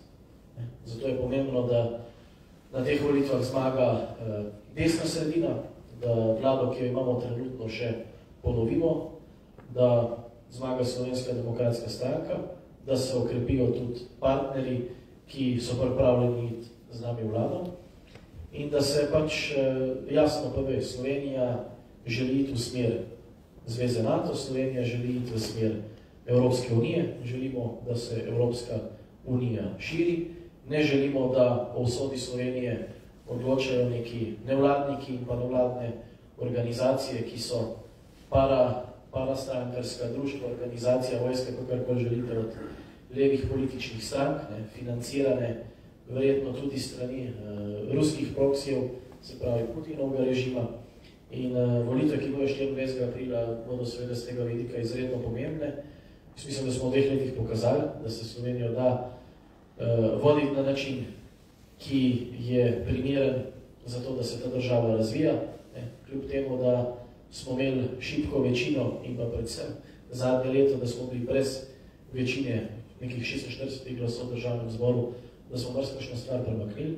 Žal smo bili 90% cajta okupirani s COVID-om. Zdaj je COVID minil, bomo en je dobro gledal. Je rekel, prej sem gledal tisti COVID 2 leti, zdaj upam, da nam 2 leti te Putinove faci gledal na televiziji. Jaz upam, da jo res ne bo treba in da se ta zadeva že prej zaključi. Ampak za stabilnost Slovenije je pomembno, da imamo še naprej desno-sredinsko vlado. Vidite, da ekonomija, gospodarstvo to potrebuje. Slovenija je po vseh kazalnikih trenutno ena izmed najbolj uspešnih držav, najnižja brezposelnost, najvišja gospodarska rast. V elitnem klubu držav OECD-a smo bili na 2. mestu, boljši od zahodnih držav, kako smo žirali to krizo. In tisto, kar pa je, mislim, da pika na ino, je pa ravno se kaže v tej vojni v Ukrajini. Naš predsednik vlade je resno to situacijo dobro ocenil, jo dobro ocenjuje in tudi odlično reagira. Zdaj intervjujemo povsod ga predvajajo in jaz mislim, da to, kar se naredila s poljskim premijejem, Morawieckim, ko sta prejšnji teden pisala vsem premijejem, voditeljem držav članic Evropske unije, da je treba po hitrem postopku Ukrajino sprejeti v članstvo, da se bo s tem tudi v evropskem merilu zapisal zgodovino. Kljub temu, da so nekateri dvigali obrvi, kaj zdaj to piše, je včeraj točno to, kar je on napisal, potrdil Evropski parlament. Edino radikalno leva struja, kjer je članica naša stranka Levica, je bila proti. In jaz mislim, da glede na to časi, kakršni prihajajo, težki časi potrebujejo močne voditelje. Janez Janša je močni voditelj, izkušen voditelj, se odlično znajde na mednarodnem parketu, se odlično znajde v kriznih situacijah. In glede na to, da je stalno v stiku tudi z ukrajinskim predsednikom Zelenskim, premijejem, da je eden od glavnih iniciatorjev vseh ukrepov, ki se dogajajo v Evropski uniji in pa v Zvezi NATO, je to pač premijer, ki ga potrebujemo še vse naslednje 4 leta. Upamo, da bo res do tega prišlo, ker tudi nekatere države ne nasprotujejo več članstvu Ukrajine v Evropski uniji. Zdaj pa prišel čas za vaše vprašanja in vaše komentarje, zelo zaželeno, kar pogumno. Gospod Župan je tukaj, pozdravljam vas. Vas prej vas sploh nisem pozdravil. Se upravičuje. Ja, lep dober večer tudi z moje strani vsem skupaj, cenjeni obiskovalke in obiskovalci. Seveda pa lep pozdrav v naši sredini. Najprej je gospod Igor Merza. Moramo tudi povedati, da gospod Merza je bil lansko let na Trbi ob 30-letnici naše države tudi slavnostni govornik. Potem gospod Bezdir, lep pozdrav tudi vam. Mi vas smo se prvič srečala, me veseli. Jaz sem vas večkrat gledal, kad ste vi mene. In res dobrodošel v Polanski dolini, v Gori Nos. Glede Žana, mislim, da ni potrebno izgubljati besed, se jih nama zgubili, neki pa žihar povem. Res Žanom sva zdaj pokazala v nekaj 2 letih, kaj se da dejansko iz slovenskih davščin tudi narediti. In vse tole, kar se zdaj dogaja, dejansko je bilo od našega odličnega sodelovanja. In pa seveda Žan želim še naprej, da boš izvoljen in pa da gremo z istim tempom naprej za naša občina, za naša Polanska dolina. Seveda, Jože, tudi tebi lep pozdrav spet v Gorjeni vasi in pa seveda s tvojo ekipo iz Demokracije. Seveda imam pa tudi vprašanje, že včeraj pa tudi danes poslušamo, kako se je zelo hitro kupila ruska banka v Sloveniji, glede na to, da vemo, da se Rusu ne da kar to kupiti, in me pa res zanima, kakšno je vaše mnenje in na kakšen način je to hitro prišlo del. Je zelo enostavno. Enkrat prekineš SWIFT, prekineš možnost kakršnih bančnih transakcij. Zdaj vi razumete vsi, ne, da banka mora imeti likvidnost. Ne. Eni pridejo dvigati denar zato, da grejo v trgovino, eni zato, da račune plačajo, kakšno podjetje. Zdaj, banka mora imeti vsak dan določeno količino gotovine na voljo in seveda mora pridati od lastnikov likvidnost v sistem, zato da ga lahko ven iz sistema. Če je SWIFT prekinjen, potem lastnik več ne more zagotavljati likvidnosti, kar pomeni, da ves denar ven steče in je konec zadeve. Banke ni več. V blagajno v trgovini mora priti toliko denarja, koliko ga gre tudi ven na koncu dneva. Mora teči ta zadeva.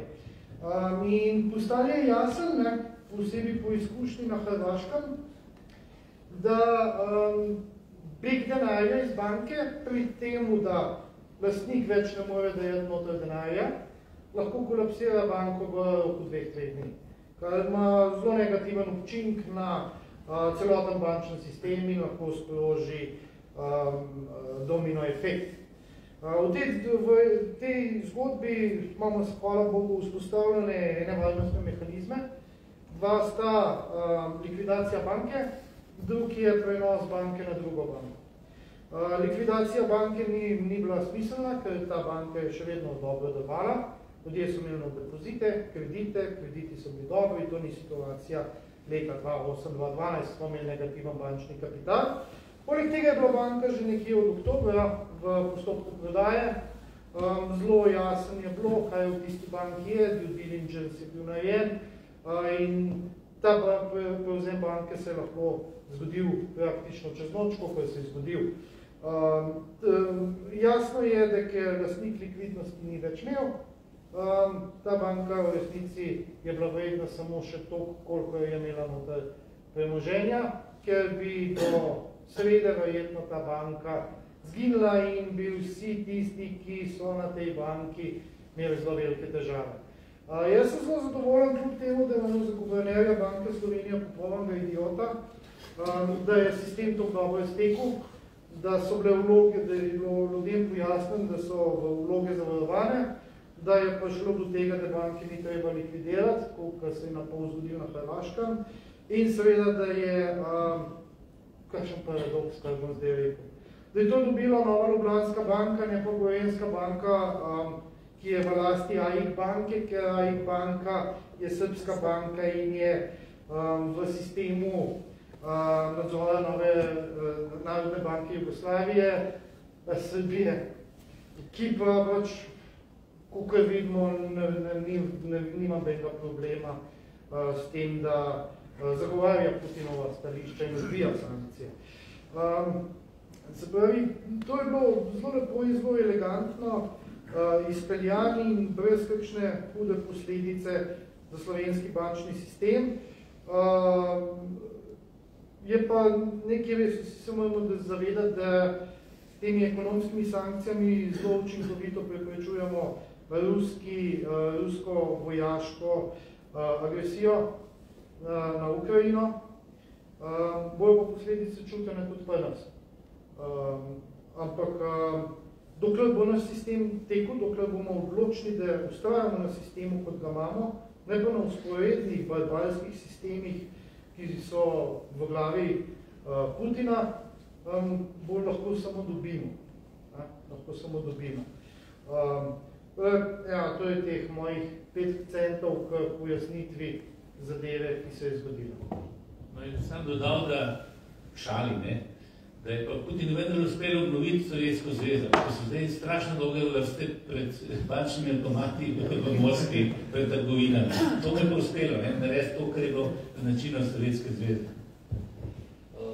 Naše tole, prej smo govorili, zakaj je potrebna še en mandat ali še 2 mandata desno-sredinske vlade, ravno zaradi tega, da se ta sporedni mehanizem popolnoma sesuje in uniči in da začnejo delovati uradne institucije in zares pravna država. Ali ima še kdo kakšno? Aha, gospa izvore.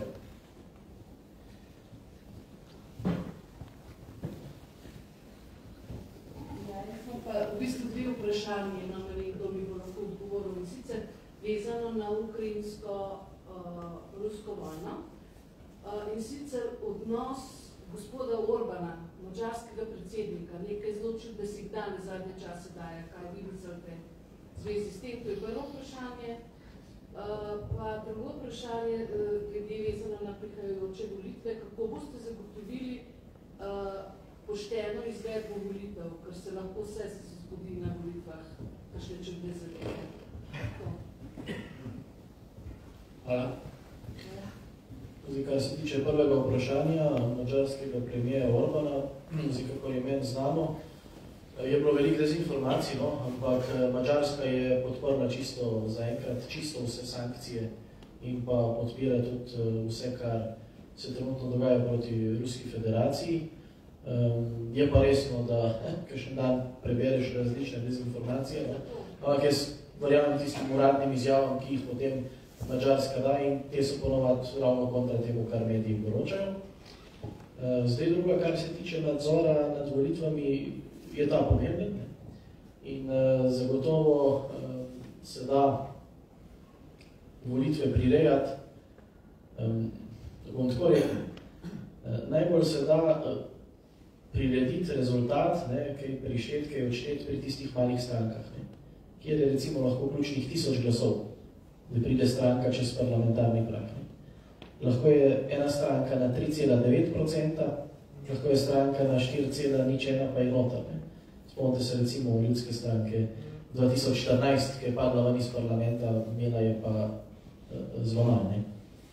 Tukaj je predvsem pomembno, da ti volilni odbori, ki so, in pač v Slovenski demokratski stranki se bomo organizirali, da bomo imeli čim več članov v teh odborih, je, da se, ko se šteje, da so zraven vsi člani komisije, in pa da potem tist volilni razglas oziroma tist volilni zapisnik, ki je, da si ga pač, kaj s tem, tisti, ki so predstavniki strank, da se ga zapiše. Zanimivo je bilo to, naša stranka je predlagala potem, da se zapisnik o glasovanju na volišču, kjer so številke, koliko je vsaka stranka dobila glasov, da se to potem javno objavi na spletnem, na internetu. Se pravi, da lahko vsak klikne volišče in vidi, aha, ta stranka je dobila to, ta stranka je dobila to. In potem, ko imaš enkrat poskenirano to zadevo, kakšno je bilo glasovanje na posameznih voliščih, lahko zadevo sešteješ in enostavno preveriš, rezultati na nacionalni ravni so taki, rezultati na voliščih so taki, ali to šteje. Ker jaz mislim, da tam, kjer se da goljufati, se da tam, kjer noter vnašajo. Se pravi, iz volišča gre potem na volilno komisijo, se pravi, volilnega okraja in potem gre na volilno enoto. In tam potem noter tipkajo in vnašajo. In tam se da kakšno zadevo potem, ko pride noter. Druga zadeva, ki je pa ravno v tej luči, te agresije Rusije na Ukrajino, je pa tudi, tle mogoče sem še na besedo o tem, je ta hibridna vojna in segment tudi kibernetska vojna. Se pravi, to, kar zdaj hekerji počnejo proti Rusiji, to, kar ruski hekerji počnejo proti nam, jaz ne vem, če imamo mi, oziroma upam, da imamo, naše sisteme toliko zavarovane, da ne more nekdo vdreti v naš sistem, ki je na Državni volilni komisiji za volitve in tam malo števil pomešati. To so pač tudi varnostna vprašanja. Mi moramo vedeti, dajmo urediti to glasovanje od doma, se pravi to elektronsko glasovanje, da ti ni več treba na volišče prideti, da lahko ti prideš doma, če imaš digitalni podpis, da glasuješ prek interneta. Jaz vem, če iz Slovenije, glede na to, koliko smo zanemarjali ta kibernetsko varnost, trenutno v stanju, da bi na varen način lahko izvedla elektronske volitve. Ker ti dobiš neko hekersko skupino nekoga in Putinu je v interesu, da se vlada v Sloveniji zamenja, da še komu drugmu je v interesu, recimo tudi Kitajskim, glede na sporazume, ki smo jih podpisali z Američani, glede na tehnologijo, na katero opozarjamo, da zna biti škodljiva, je marskomu interesu, da se vlado zamena. In ravno recimo, par glasov je treba spremeniti, da prideš na vsakem volišču kakšen glas, eni stranki dodaš, eni ga odvzameš, več kot 3000 volišč v Sloveniji, pa lahko eno stranko spraviš čez 4%, ali pa iz 4,1 spraviš pod 4%. Zato delamo vse, tudi ostale stranke, s katerimi računamo vlado meče naprej, da res zagotovimo nadzor na volitvah, da se bo štelo in pa da se bo potem tudi, kot bo prešteto, glede na to, kako so ljudje glasovali, tudi pravilno naprej in pa noter naše. Samo še nekaj bi jaz povedal v zvezi z Orbana. Kakor sem jaz spremljal zadevo, je te dezinformacije začel širiti v Budimpešti Orbanov proti kandidat. In potem sem pač to povzel tuji mediji in tako je prišlo tudi v Slovenijo. Sem še nekaj. Zanimivo je na zadeva. Najbolj je sankcijam nasprotovala Nemčija. Nemški kancler Olaf Scholz. Ja, dobro. Zelo si predstavljamo, zakaj so obrnili, ampak vsi so kazali samo s prstom na Orbana. Pač Orban je ekonomsko bolj vezan na Rusijo, kot nas kakšna Evropska unija. In če ni takoj rekel, da je za vse sankcije, so ga takoj napadli. Je pa definitivno bil za sankcije prej, kot pa Nemčija. Pa na Nemčijo praktično noben medij ni kazal s prstom. Nemčija je bila tista, ki je do zadnjega se branila, da bi ruske banke izključili iz SWIFT-a. In so imeli velik problem tudi, da so potem ugasnili, da se ne nadaljuje proces glede Severnega toka 2 in pa te ostale zadeve. Izvolite, še zadnjo vprašanje. Jaz se bi sem na Žana navezava glede volitev, da smo v odboru zmeraj.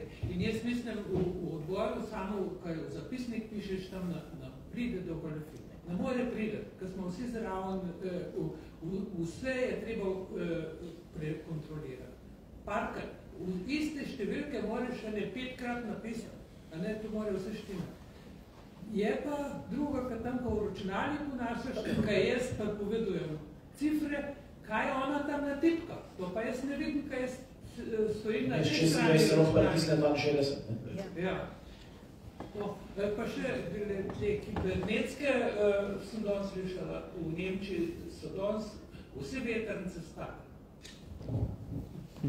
Eden od boljših kibernetskih napadov je bil, mislim, da 4 dni nazaj, so na glavni ruski televiziji zvečer med dnevnikom so udarili noter in so zavrteli ukrajinsko himno. Tudi vode. Dobar večer vsem spoštovanim gostom. Jaz bi pa 3 zadeve tule vprašal oziroma izpostavil, pa bi najprej se dotaknil našega državnega sekretarja za nacionalno varnost. Jaz lahko rečem, tudi sam sem veteran vojne za Slovenijo in vsa ta leta sprejemam, kaj te ljudje delajo, kaj so delali do zdaj. In moram reči, da tako dobrega državnega sekretarja za nacionalno varnost, ki ga imamo zdaj v tem trenutku, ga Slovenija še nikoli ni imela. Nikoli. Za gospoda Žana vemo, kaj dela. Zato je gospod nismo delali, da imamo. Moje mnenje. No, za Damire smo delali. Za Črnice. Ja, pustimo nekaj. Druga stvar, pri gospodu Zdirju sem že bil na enih teh predavanjih na tem večeru in moram reči, da to zdaj moja druga prisotnost in verjetno bom šel še na enega. Zaradi tega, ker vsakič kaj novega zvem. Imam pa eno konkretno vprašanje za njega, pa mislim, da bo vsem zelo zanimiva, pa tudi državnemu sekretarju za nacionalno varnost. Gospod Zdir je na tistem prvem dogodku, kjer sem bil omenil, da verjetno obstaja še en mehanizem globoke države, ki ga je treba pa še malo preiskati. Parado, jaz sem pripričan, da se to spomnim, omenil ste DUTB. A se že kaj aktivno dela na tem? Je preiskovalka na to temo, zato lahko samo omejeno mnogo govorim, ampak neke zadeve bojo mogli najti dokončne odgovore obveščevalci. Mi pa razumemo iz tistega, kaj gledamo, da sklad Jolk nima nujno samo tujih investitorjev noter in je vprašanje, ali niso večinski investitorji sklad Jolk Slovenci. Tisti, ki so potegnili denar ven iz slovenskih bank z neodplačanimi krediti. Hvala. No, pa še eno zadevo za zaključek. Kot veterana vojne za Slovenijo me v dno duše prizadelo, zdaj spet odpiranje teh tem v zvezi z izbrisanjem. To je čista aktivacija teh dogajanj v režiji stranke SD in stranke Levica. Povem sam, kot osamosvojitelj v času slovenske vojne, sem na lokalni cesti zaustavil te izbrisane, ki so hodili leta 1991 na pomoč agresorski armadi na mejo z orožjem, z vsem živim. Zdaj tule petokolonaši izsiljujejo našo državo za razne odškodnine, bonifikacije in ne vem kaj še vse. Temu je treba jasno povedati, Bob je tudi Bob, ni krov. In izbrisani so taktizirali. Tiste čase so taktizirali. In verjemite mi, to je zgolj in samo aktivacija njih kot volivcev levosmernih strank. Hvala lepa.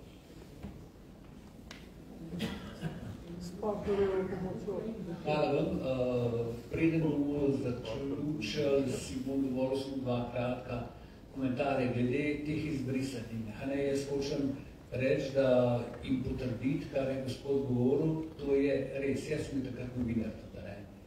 In sem tudi srečeval ljudi, ki so se šli boriti za jugoslovansko armado proti Bosni in proti Hrvaški. To je ena. Drugo, kdor je želel, kdor je samo želel, je šel na Mačkovo ali na Striteru. Jaz se spomnim, jaz sem še fotografiral, sem zadnjice na Twitteru objavil. To so bile kolone ljudi, ki so vlagale prošnje za državljanstvo. Se pravi, kdor si je res želel, je dobil državljanstvo brez kakršnega koli problema. To je eno. Drugo pa uspeh, ko je rekel, da so se vetrne elektrarne ustavljene. Hvala Bogu in se še bodo in tudi brez Rusije se bodo, ker Nemčija že gre nazaj na jedrsko energijo, Francija gre spet na termoelektrarne, ker prehod na to zeleno energijo, kakorkoli se že reče, ni mogoče tako hitro izpeljati, ker bo zmanjkalo bo elektrike nam vsem. Hvala lepo vsem, da ste samo še nekaj. Ja, sam izkoristil bi še to priložnost, da vas povabil v tole isto dvorano 18. marca. V petek bomo imeli na obisku Borisa Tomašiča in bo tukaj imel v živo oddajo, kdo vam naš.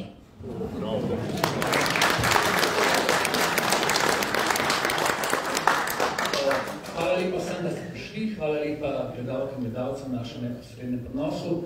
Hvala občinskemu odboru SDS, da nas je gostil v tej dvorani. Hvala tudi gospodu županu. Hvala pa tudi našim gostom. Z nami so bili nocoj gospod Igor Merza,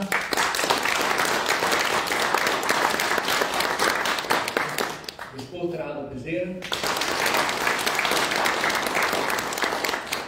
in gospod Mahnič. Jaz sem Jože Biščar, urednik Demokracije, pa še en aplavz za mene.